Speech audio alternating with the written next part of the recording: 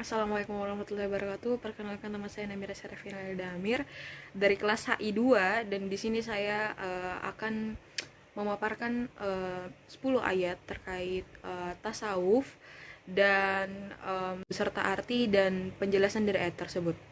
Baiklah, yang pertama yakni Quran Surah Al-Kahfi ayat 65 yang berbunyi fawajada abadan min ibadina atainahu rahmatan min indina wa allamnahu min ladunna ilma, yang artinya lalu mereka bertemu dengan seorang hamba di antara hamba-hamba kami yang telah kami berikan kepadanya rahmat dari sisi kami dan yang telah kami ajarkan kepadanya ilmu dari sisi kami. Maksud dari ayat ini itu kita belajar bahwa rahmat Allah Subhanahu wa taala itu selalu dan senantiasa luas kepada hambanya. Dan untuk ayat kedua yakni Quran Surah Al-Baqarah ayat 115 yang berbunyi walillahil masyriqu wal maghribu fa aynama tuwallu fasamma wajhullah innallaha wasi'un alim. Artinya dan kepunyaan Allah lah timur dan barat, maka kemanapun kamu menghadap, disitulah wajah Allah.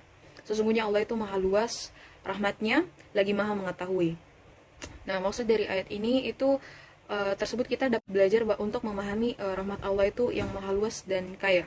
Jadi kemanapun sudut kita menghadap, yakni kiblat bagi umat muslim, dimanapun kita berada itu akan selalu ada Allah di sekitar kita. Baiklah, untuk ayat selanjutnya yakni masih Quran Surah Al-Baqarah juga, tapi ayatnya berbeda, yakni ayat 186 yang berbunyi wa iza sa'alaka ibadi anni fa inni qaribu ujibu da'wata da'iza da'ani falyastajibu lil walyu minu bi la'allahum yarsyudun, yang artinya dan apabila hamba-hambaku bertanya kepadamu tentang aku, maka jawablah bahwanya aku adalah dekat. Aku mengabulkan permohonan orang yang berdoa apabila ia memohon kepadaku, maka hendaklah mereka itu memenuhi segala perintahku, dan hendaklah mereka beriman kepadaku agar mereka selalu berada dalam kebenaran. Maksud dari ayat ini, Quran Surah Al-Baqarah ayat 196 ini, itu adalah untuk membuat kita memahami betapa Allah Subhanahu wa taala itu dekat kepada kita, itu hamba-hambanya. Dimanapun kita berada akan selalu ada Allah di sekitar kita. Baiklah, yakni untuk ayat berikutnya, ayat keempat, yakni Quran Surah Kaf ayat 16 yang berbunyi laqad khalaqnal insana wa na'lamu tuwaswisu bihi nafsu wa nahnu aqrabu ilaihi min hablil warid, yang artinya dan sesungguhnya kami telah menciptakan manusia dan mengetahui apa yang dibisikkan oleh hatinya, dan kami lebih dekat kepadanya daripada urat lehernya. Maksud dari ayat ini itu kita dapat belajar bahwasanya Allah Subhanahu wa taala itu senantiasa dekat dengan hambanya melebihi batas nadi di lehernya. Baiklah, untuk ayat kelima yakni dari surat Al-A'la ayat 14 sampai 15 yang berbunyi qad aflaha man tazakka wa zakara bihi fasalla, yang artinya sesungguhnya beruntunglah orang yang membersihkan diri dengan beriman dan dia ingat nama Tuhannya lalu dia sembahyang. Untuk surat ini berbicara mengenai keutamaan muslim yang senantiasa mensucikan dirinya dari perbuatan dosa. Allah itu menerangkan bahwa orang yang beruntung yaitu terhindar dari siksaan akhirat. Mereka adalah orang yang bersih dan beriman kepada Allah dan tidak mempersekutukannya. Baiklah, untuk ayat ke-6 yakni dari Quran Surah Ar-Ra'd ayat 28 yang berbunyi allazina amanu wa tatma'innu qulubuhum bizikrillah ala bizikrillahi tatma'innul qulub, yang artinya yaitu orang-orang yang beriman dan hati mereka menjadi tentram dengan mengingat Allah. Ingatlah, hanya dengan mengingat Allah lah hati mereka menjadi tentram.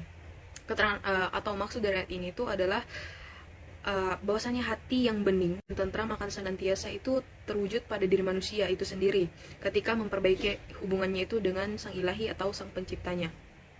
Dan untuk ayat berikutnya, ini ayat ke-7 dari Quran Surah Al-Anfal ayat 17 yang berbunyi falam taqtuluhum walakinallaha qatalahum wa ramaita iz ramaita walakinallaha rama waliyubliyal mu'minina minhu bala'an hasana innallaha sami'un alim, yang artinya maka yang sebenarnya bukan kamu yang membunuh mereka, akan tetapi Allah lah yang membunuh mereka, dan bukan kamu yang melempar ketika kamu melempar, tetapi Allah lah yang melempar. Allah berbuat demikian untuk membinasakan mereka dan untuk memberi kemenangan kepada orang-orang mukmin. Dan dengan kemenangan yang baik, sesungguhnya Allah Maha mendengar lagi Maha mengetahui.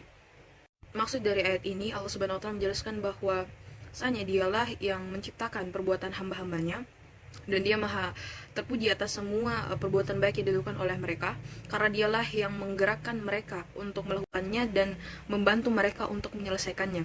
Dan untuk ayat ke-8, yakni dari Quran surah At-Tahrim ayat 8, yang berbunyi, ya ayyuhallazina amanu tubu ilallahi taubatan nasuha asa rabbukum ayyukaffira ankum sayyi'atikum wa yudkhilakum jannatin tajri min tahti al-anharu yawma yuhzillahun nabiyya wallazina amanu ma'ah nuruhum yas'a baina aydihim wa bi aymanihim yaquluna rabbana atmin lana nurana waghfir laha innaka ala kulli syai'in qadir. Yang artinya, hai orang-orang yang beriman, bertaubatlah kepada Allah dengan taubatan nasuha, taubat yang semurni-murninya.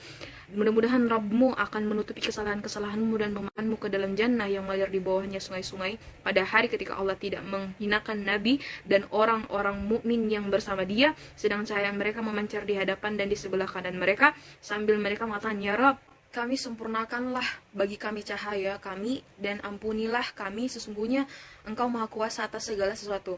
Maksud dari ayat ini itu mengandung makna, yaitu yang pertama, Allah menerima taubatnya orang-orang yang melakukan kejahatan lantaran kebodohannya, dan yang kedua, yakni Allah memerintahkan kepada manusia untuk tidak menunda-nunda untuk bertaubat.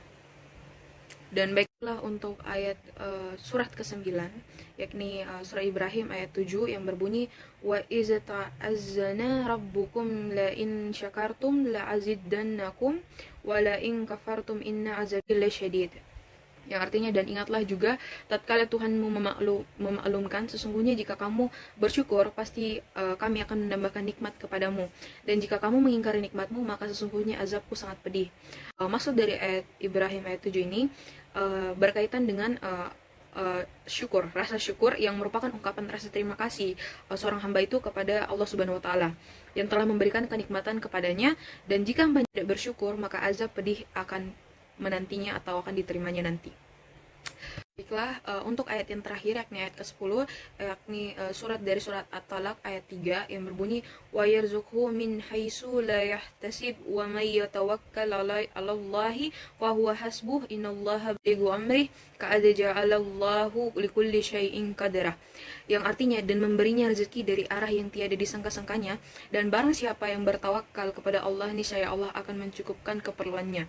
Sesungguhnya Allah melaksanakan urusan yang dikehendakinya, dan sesungguhnya Allah telah mengadakan ketentuannya bagi setiap sesuatu.